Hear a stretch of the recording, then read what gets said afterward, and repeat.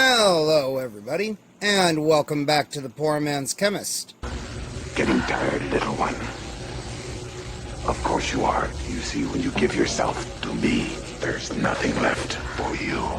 In this video, we are going to be wrapping up Chapter 6. We will finish up our lesson on Sn1 and Sn2 reactions, and by the end of this video, you should have a pretty damn good understanding of what Sn2 and Sn1 reactions are, and how to select conditions that will prefer one over the other.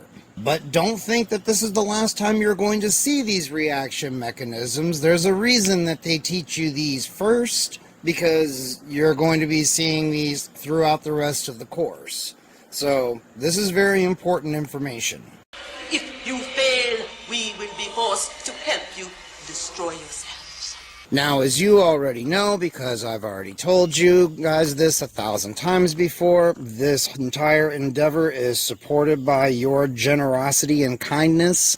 I have recently had to eat some humble pie, no matter how badly it tastes, and backtrack on the whole PayPal thing. The channel now has a new PayPal account. It is linked in the description.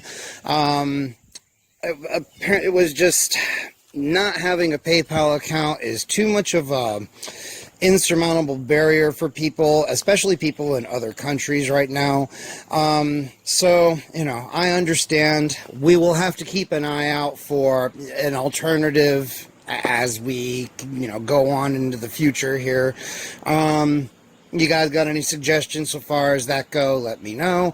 But you can still donate through CashApp, PayPal, and Subscribestar for the time being. Links to all of those are in the description. Maybe we should stick with the money.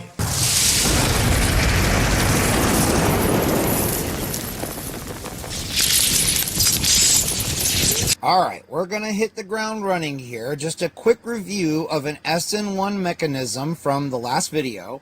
So, as you'll recall, a tertiary alkyl halide spontaneously ionizes to form a achiral tertiary carbocation, okay?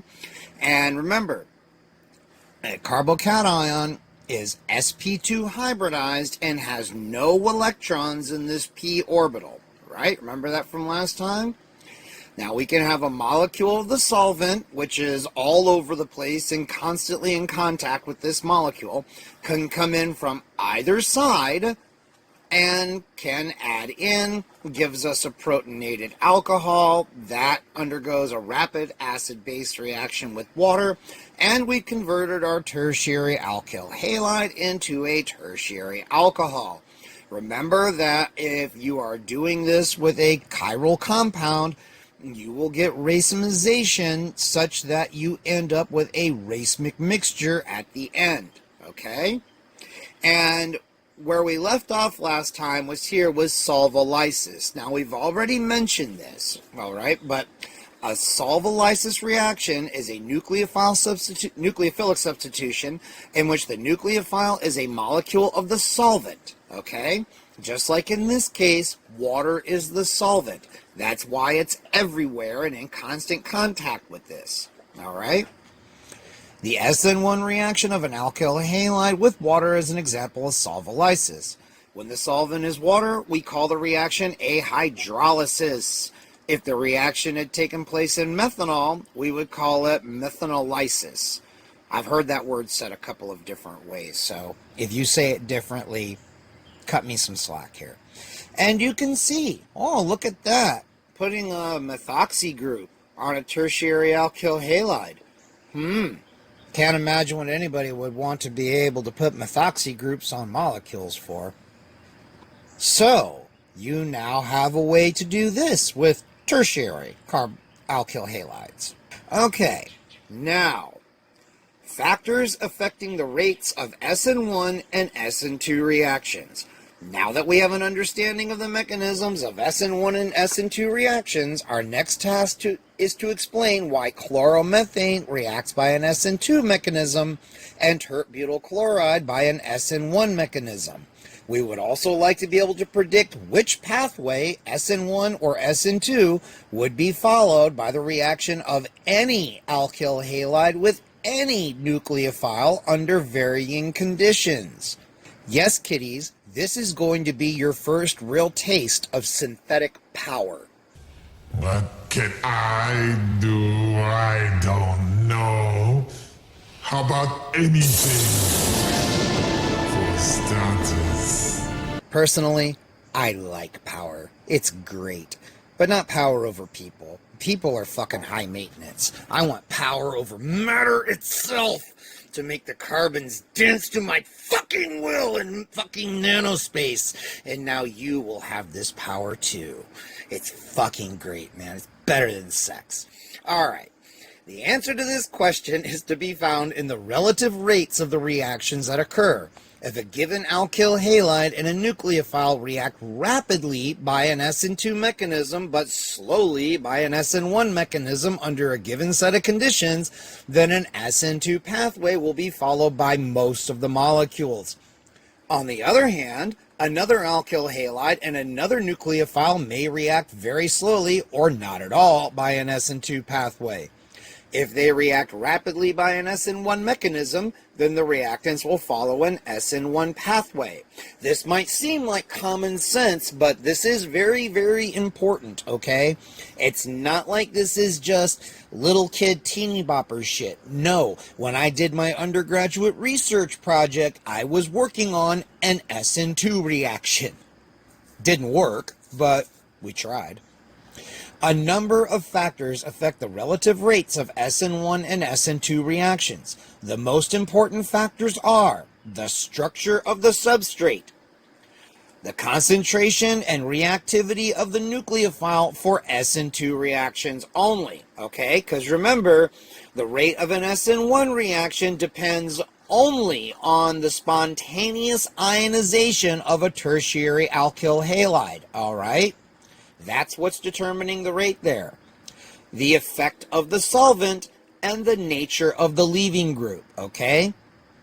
These four factors, keep these in your mind every time you're thinking about Sn1 versus Sn2. Very important.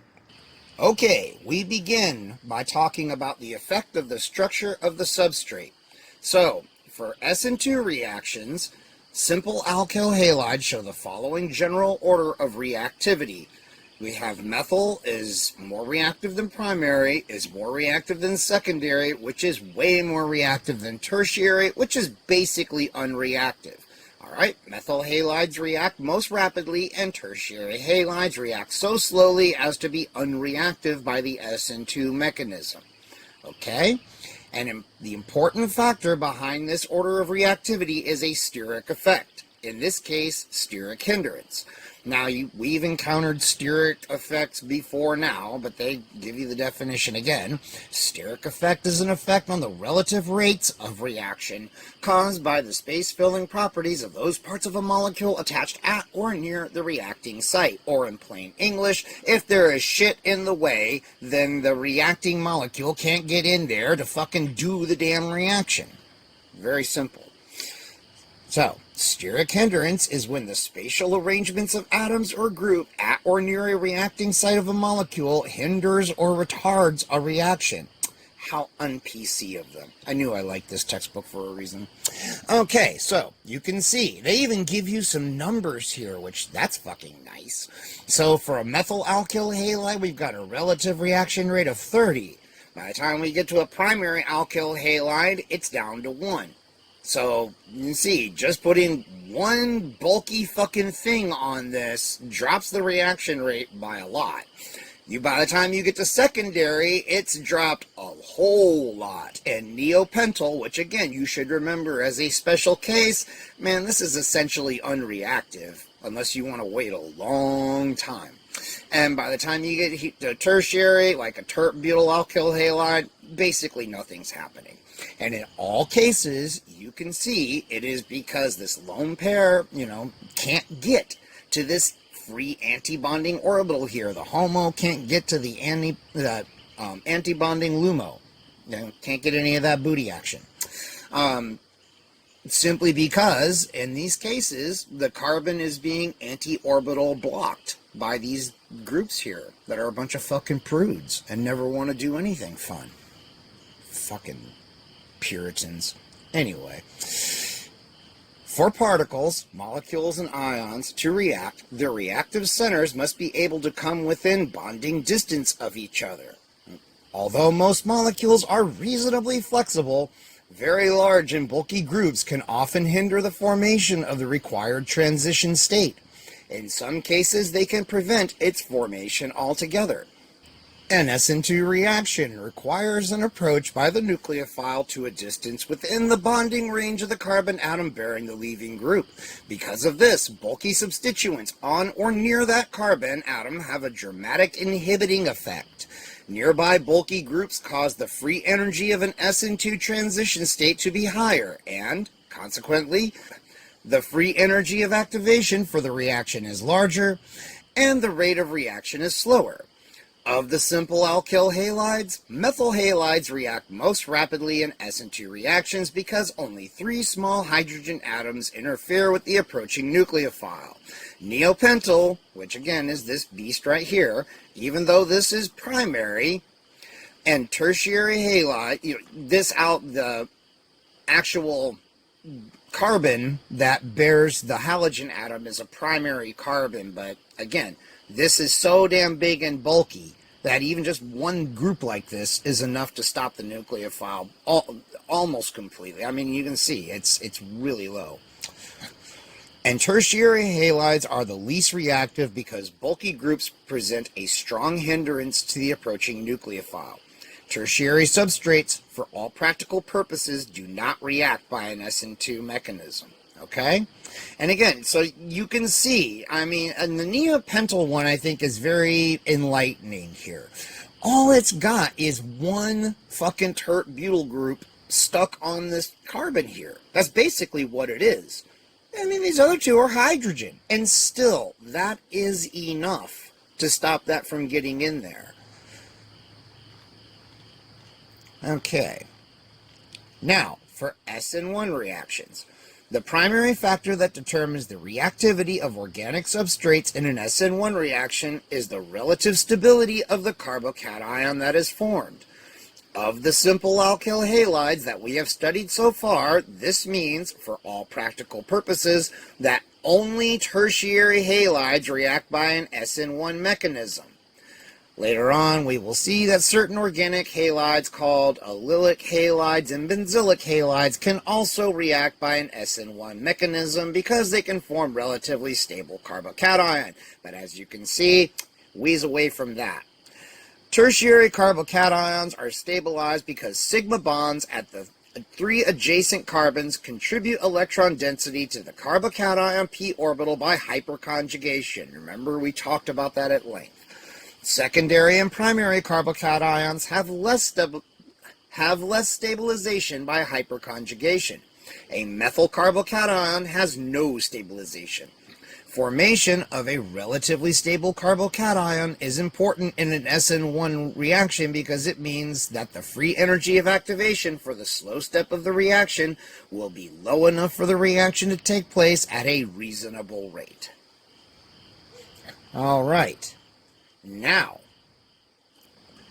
the Hammond-Leffler postulate.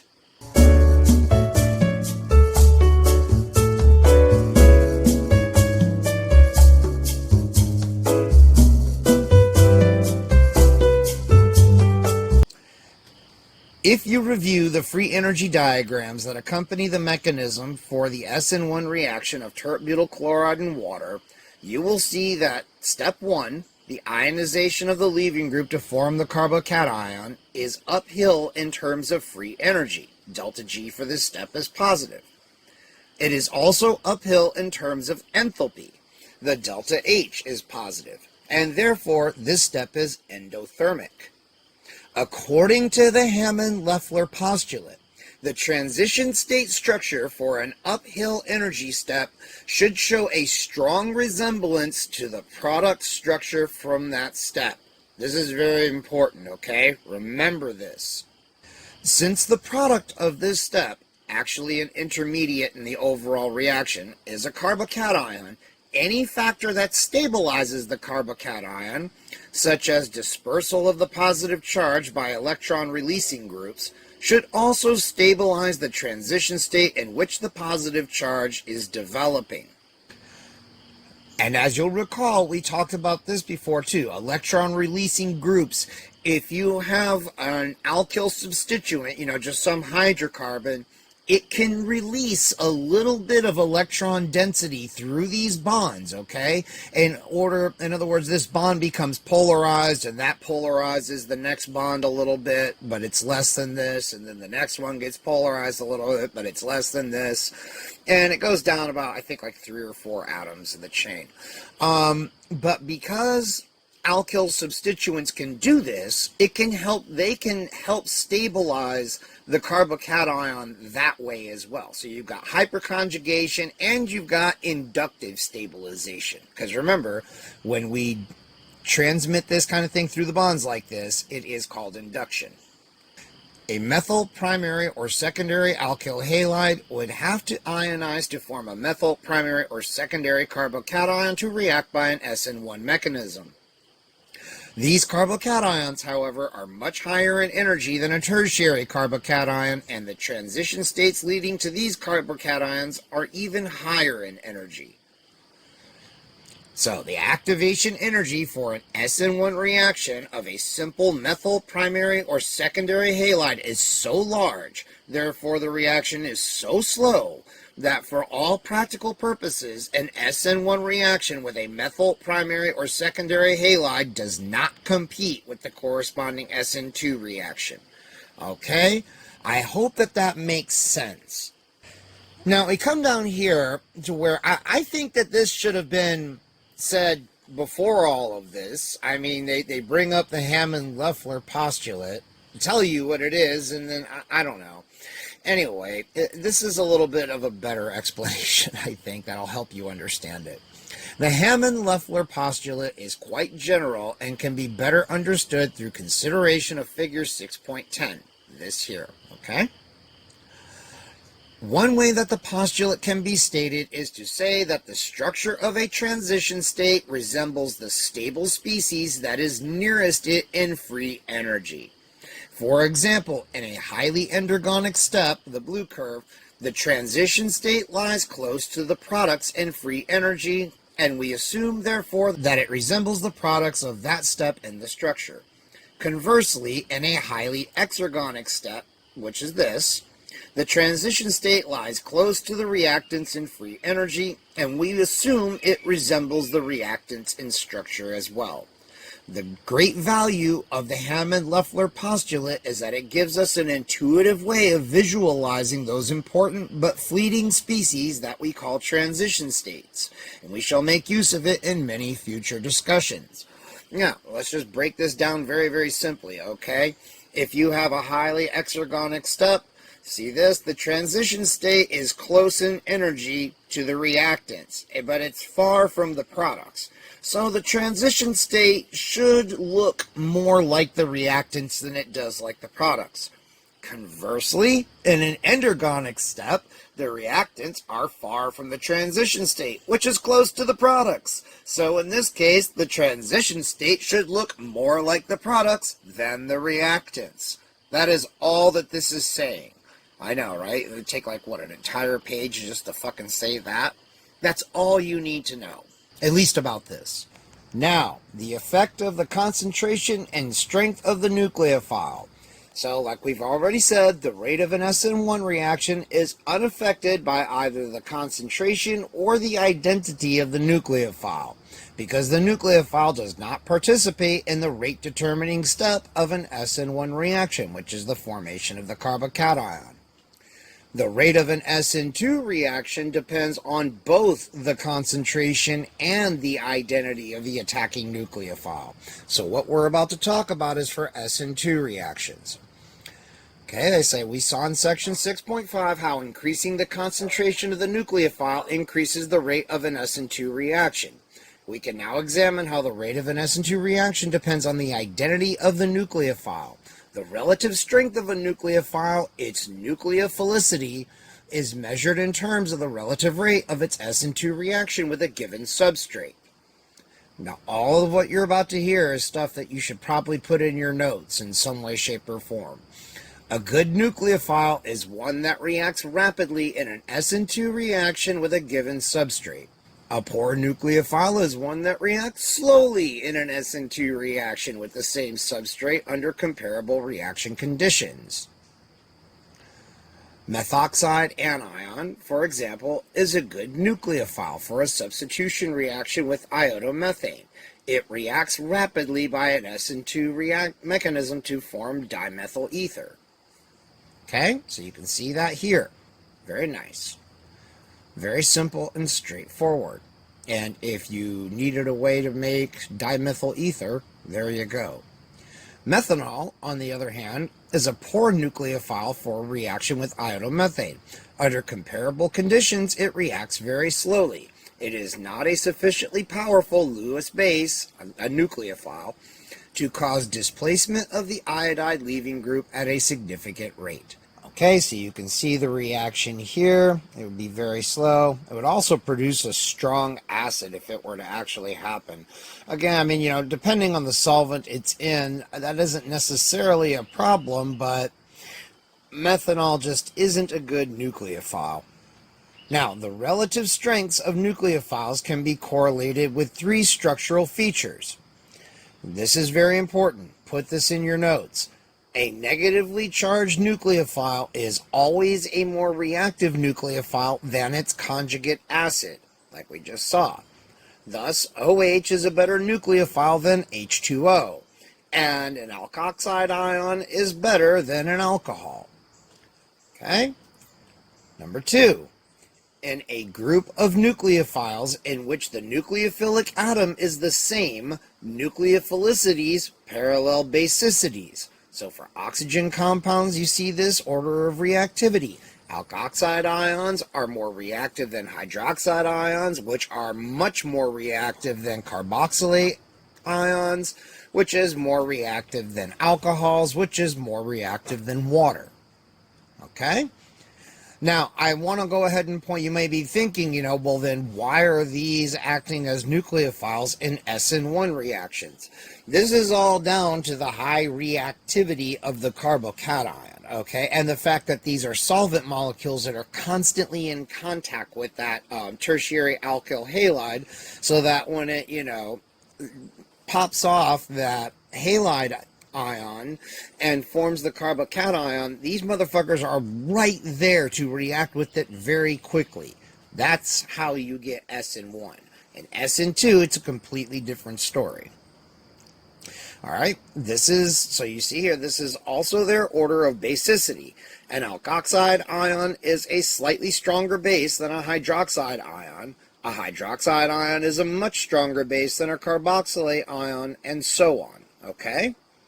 But remember, this only holds true when the nucleophilic atom is the same. That's the only time you can make comparisons like this based on basicities, okay?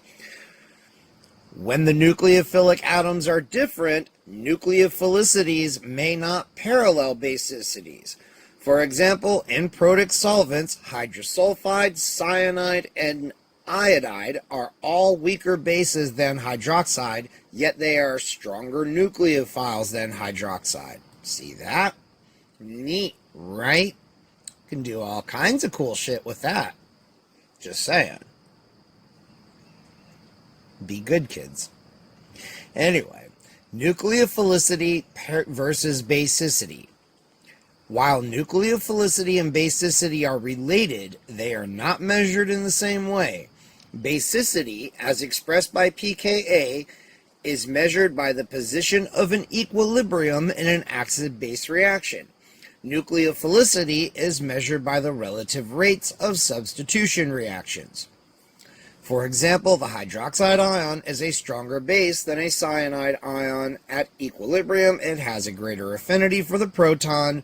The pKa of water is about 16, while the pKa for hydrogen cyanide is about 10.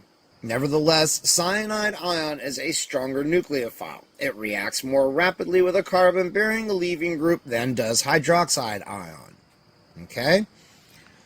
And if you have a way to reduce that nitrile down to an amine, you could be adding amine functionality on. Anyway, just something off the top of my head. I don't know where that came from. Can't imagine why you'd want to create amines.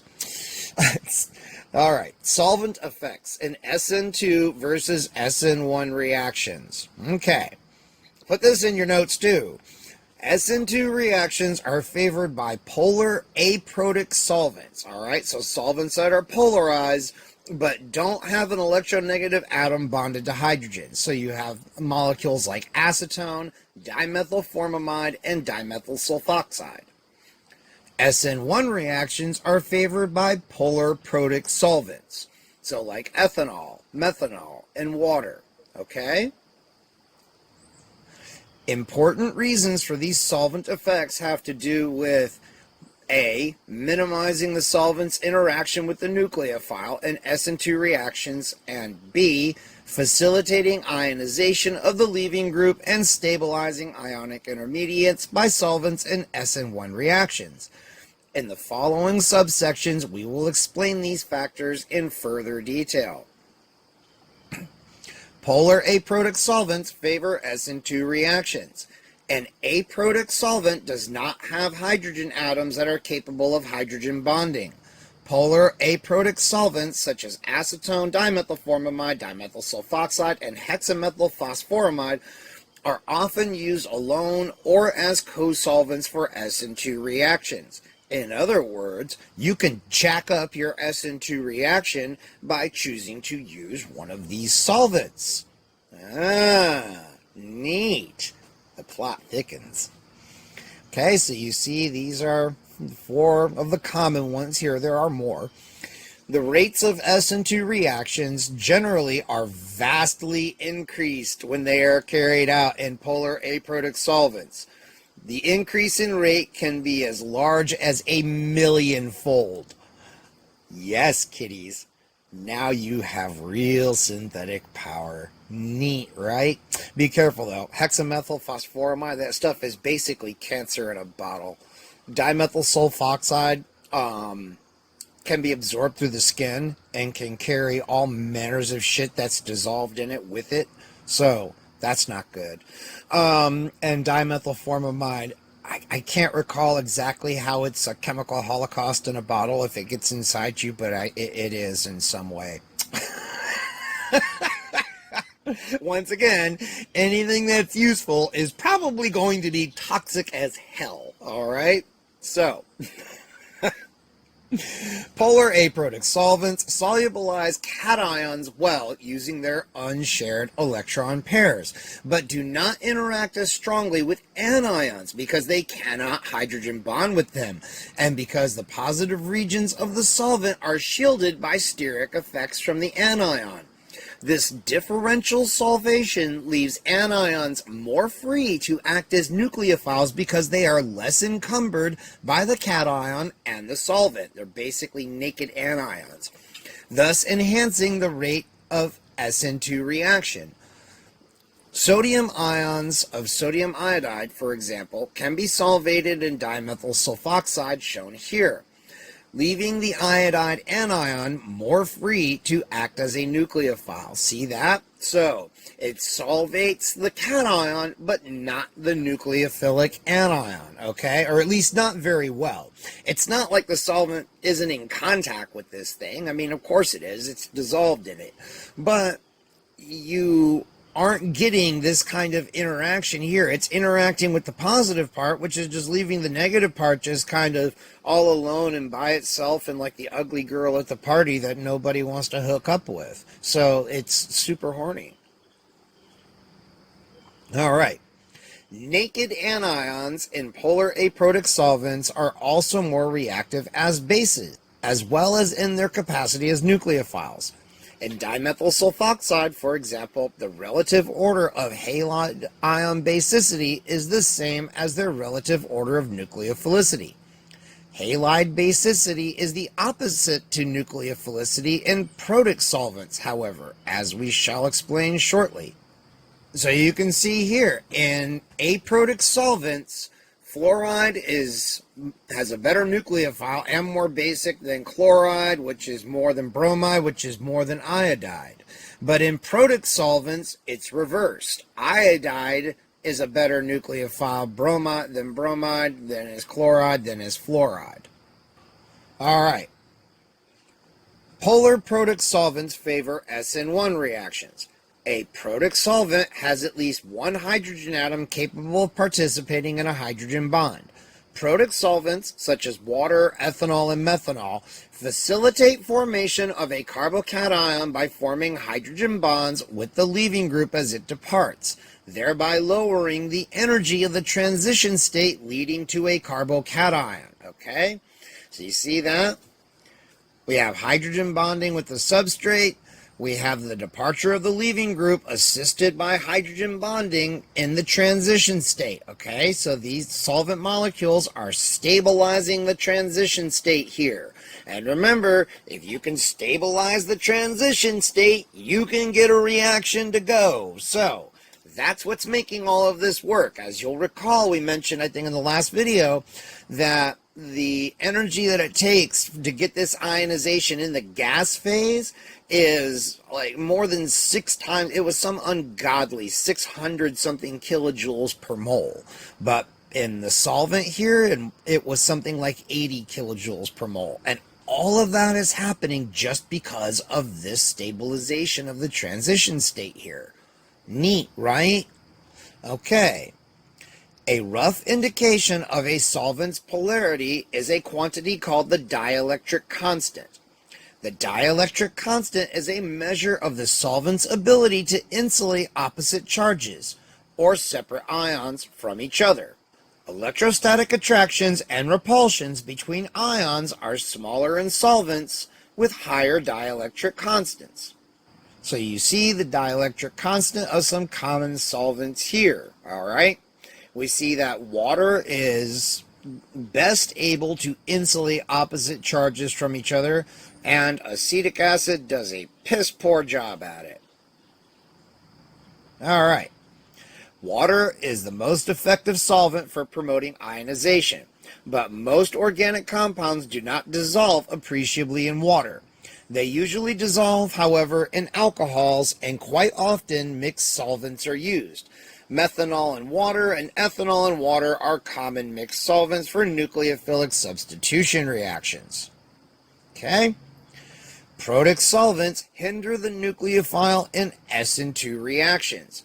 A solvated nucleophile must shed some of its solvent molecules to react with the substrate, right? Because when it's solvated, it is encased in this little sphere of water molecules, and you got to push some of them motherfuckers out of the way so that it can get in there and get some of that antibonding orbital booty action.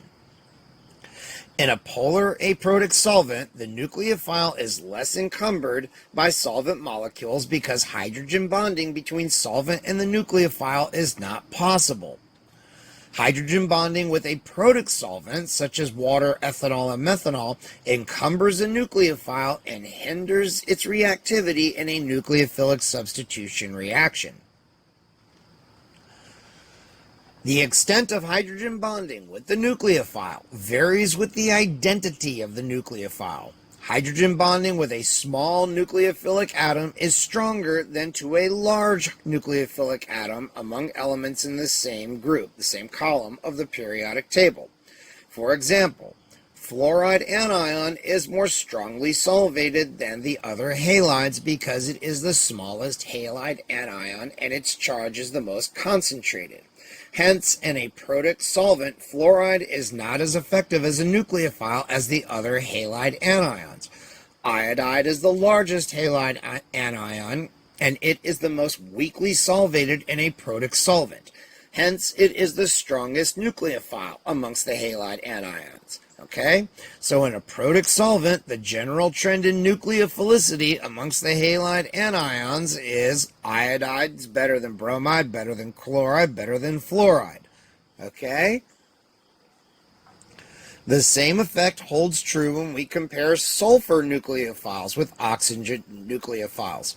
Sulfur atoms are larger than oxygen atoms, and hence they are not solvated as strongly in a protic solvent. Thus, thiols are stronger nucleophiles than alcohols. Alkyl sulfide anions are better nucleophiles than alkoxide anions. And no, I can't remember for the life of me what the actual IUPAC name for this is, so we're going with alkyl sulfides. I mean, if it was hydrogen, it would be hydrosulfide, so we're going to go with that and hope that it's right. The greater reactivity of nucleophiles with large nucleophilic atoms is not entirely related to solvation. Larger atoms have greater polarizability. Their electron clouds are more easily distorted, right? Because in large atoms, the outermost electrons are far away from the nucleus, and the nucleus is also partially shielded by all the electrons beneath it, right? Therefore, a larger nucleophilic atom can donate a greater degree of electron density to the substrate than a smaller nucleophile whose electrons are more tightly held. The relative nucleophilicity of some common nucleophiles in protic solvents are as follows. Hydrosulfides greater than cyanides, greater than iodide, greater than hydroxide, greater than azide, greater than bromide, greater than acetate, greater than chloride, greater than fluoride, greater than water. One take. Alright, the last thing that we need to talk about, the nature of the leaving group. Leaving groups depart with the electron pair that was used to bond them to the substrate. The best leaving groups are those that become a relatively stable anion or a neutral molecule when they depart. First, let us consider leaving groups that become anions when they depart from the substrate. Because weak bases stabilize a negative charge effectively, leaving groups that become weak bases are good leaving groups. Alright, and if you can choose a substrate that has a good leaving group, it's going to make it more likely to undergo an Sn1 or Sn2 reaction. The reason that stabilization of the negative charge is important can be understood by considering the structure of the transition states. In either an Sn1 or Sn2 reaction, the leaving group begins to acquire a negative charge as the transition state is reached. So you see that here, that in both transition states, for both reaction mechanisms, the leaving group is starting to acquire a negative charge. And so it needs something to stabilize that. If you can stabilize that forming negative charge, you will facilitate the reaction. Stabilization of this developing negative charge at the leaving group stabilizes the transition state, lowers its free energy. This lowers the free energy of activation and thereby increases the rate of the reaction.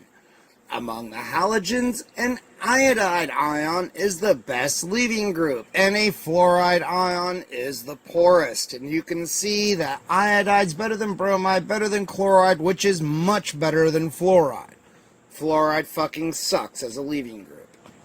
The order is opposite the order of basicity in an aprotic solvent, which you can see this here, okay?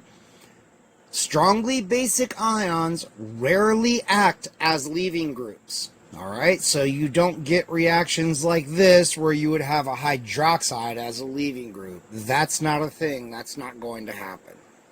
However, when an alcohol is dissolved in a strong acid, it can undergo substitution by a nucleophile. Because the acid protonates the hydroxyl group of the alcohol, the leaving group no longer needs to be a hydroxide ion. It is now a molecule of water, a much weaker base than hydroxide ion, and a good leaving group. Okay? So when you protonate that alcohol, that makes it a good leaving group. See that? Neat trick, right? Again, if we were to carry out an Sn2 reaction between hydriodic acid and pseudoephedrine, this is what would happen. The hydriodic acid would protonate the hydroxyl on the benzoic carbon, iodide would come in as a nucleophile, and the protonated alcohol would leave as a molecule of water. Right? Neat. Very powerful bases such as hydride ions and alkanide ions virtually never act as leaving groups. Alright, that's basically not going to happen. So you will never, for practical intents and purposes, never see any reactions like this. Now remember, the best leaving groups are weak bases after they depart. Okay? Some weak bases that are good leaving groups, which we shall study more later on, are alkane sulfonate ions, alkyl sulfate ions, and the para-toluene sulfonate ion. Okay, so all of these are really good leaving groups. These anions are all the conjugate bases of very strong acids, so that means that all of these are very weak bases. Okay? The trifluoromethane sulfonate ion, commonly called the triflate ion, is one of the best leaving groups known. It is the conjugate base of triflic acid, an extremely strong acid which has a pKa of about -5 to -6, which, as I recall, makes it about as strong as hydrochloric acid.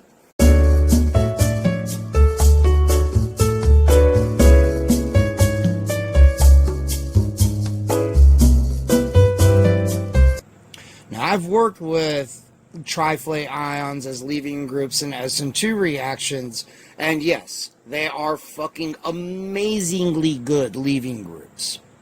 So, remember the triflate ion, okay? And all of these other three here too, because these are all really, really good leaving groups that could be very useful to you in your synthetic work. Alright, now, that covers the 4 important points to consider when you're talking about Sn1 and Sn2 reactions. This is a summary here, okay? There's only a few other points that I wanted to go over before we wrap this up. Okay, one thing that I want to cover here is this little section here about carrying out functional group transformations using Sn2 reactions.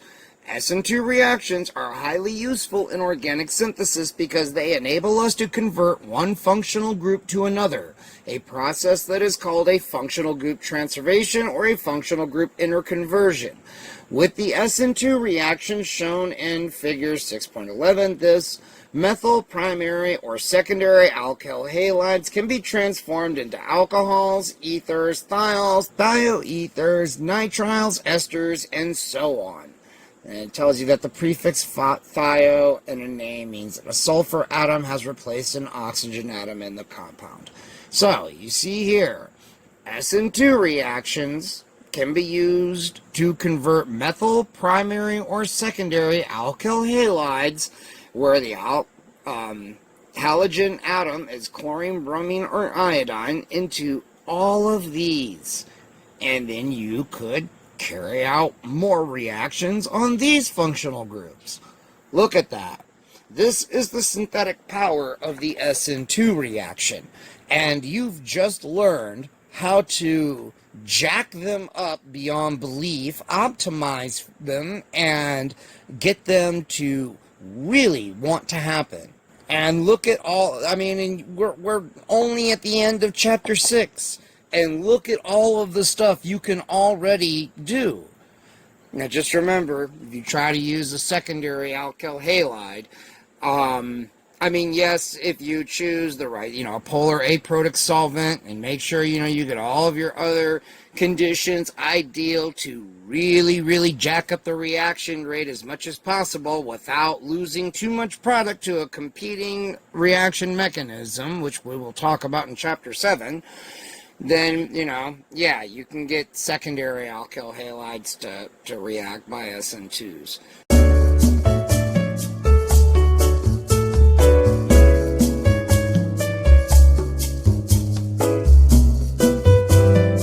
Again, just remember, it's going to be very slow. If you jack up the conditions too much, there are other reaction mechanisms that start to happen. As you recall back towards the beginning of the video, where I was showing you that my little undergrad research project, we were going for an Sn2, and we jacked the conditions up beyond belief. And instead, we ended up with some side reaction that became dominant and then just took over everything. So, yeah, this is best done on methyl and primary alkyl halides, okay? For the secondary one, you're going to have to really choose your conditions carefully. Maybe do a couple practice runs to make sure you get it right. Okay. Alkyl chlorides and bromides are also easily converted into alkyl iodides by nucleophilic substitution reactions. This is the Finkelstein reaction, which I've demonstrated on my channel. The reaction is carried out with sodium iodide dissolved in acetone, which is one of our polar aprotic solvents. And the reason you choose acetone is twofold. One, it increases the rate of the Sn2 reaction. And number two, the sodium chloride product is not soluble in acetone. So it drops out of the solution. That's removing a product from the system. Le Chatelier's principle. Want to drive a reaction forward? Remove a product from the system. Or add a reactant. Either one. And now you can see why you might want to do this, because an alkyl iodide is going to be more reactive by nucleophilic substitution than an alkyl chloride. And just as a side note, the Finkelstein reaction will also work with alkyl bromides. It'll convert them to alkyl iodides too. So, one other aspect of the Sn2 reaction that is of great importance is stereochemistry. Sn2 reactions always occur with an inversion of configuration. Remember, that's called a Walden inversion at the atom that bears the leaving group. This means that when we use Sn2 reactions in syntheses, we can be sure of the configuration of our product if we know the configuration of our reactant. Okay? And they give you an example here. I'm going to let you read over that. This video is already getting long. And we come down to our last point that I want to talk about. So as we learned in section 6.1 2 videos ago, compounds that have a halogen atom attached to one carbon atom of a double bond are called alkenyl or vinylic halides. And those that have a halogen atom attached to a benzene ring are called aryl or phenyl halides. Okay? These little beasts, remember these guys? Alkenyl and phenyl halides are generally unreactive in Sn1 or Sn2 reactions. They are unreactive in Sn1 reactions because alkenyl and phenyl carbocations are relatively unstable and do not form readily. So even for a carbocation, they're unstable. They are unreactive in Sn2 reactions because the carbon-halogen bond of an alkenyl or phenyl halide is stronger than that of an alkyl halide. We'll see why later. And the electrons of the double bond or benzene ring repel the approach of a nucleophile from the back side. Okay? So that's pretty much why these guys won't react by nucleophilic substitution reactions. So if the compound you want to make has you going by way of one of these, you would need to find a different way to it from a different precursor or a different synthetic pathway, or you would need to watch more of PoorMansChemist's future videos and learn how to do it. But here we're going to stop. There you go. Chapter 6 in 3 fucking videos. Woot! That's pretty good. I would very, very much so like to come up with at least one practical demo to show you guys an Sn2 reaction. Trust me, I'm working on it. I'm not going to drag my feet, though, about starting Chapter 7. Because for Sn1 and Sn2 reaction mechanisms to really be useful to you, you really need to know about E1 and E2, which are going to be reaction mechanisms that will compete with nucleophilic substitution reactions, okay? You pretty much always are going to get a mixture of products that's a little bit of nucleophilic substitution and a little bit of elimination. That's what the E and the E1 and E2 stands for. And as you might be guessing, E2 is a bimolecular elimination, E1 is a unimolecular elimination. So, and by elimination, we mean the synthesis of a double bond. Or a triple bond, I guess. So, there we are. You now know all the basics about nucleophilic substitution reactions. This was not a light chapter. I mean, this is one you're going to have to go back through carefully, take notes, maybe do some of the fucking problems. I know. I don't know who I'm kidding, but we can pray. And, you know, really spend some time studying it. It's a lot of this stuff, especially the stuff for this video, you're just going to have to memorize that stuff. You know, the order of reactivity and protic versus aprotic polar solvents. I mean, what do you think university students have to do? You think they just have somebody read this to them once and then that's the only time they have to see it? No. They've got to work with the stuff. And so do you if you wish to master organic chemistry. But I would hope that this is a little taste of what you can do if you continue to apply yourself. So, if you like that video, give it a thumbs up, and if you didn't like it, well, I'm sorry that organic synthesis is not what you thought it was going to be. Subscribe, comment, share the video. Please throw a few dollars my way if you can. Again, all the ways to donate in the description, new PayPal account.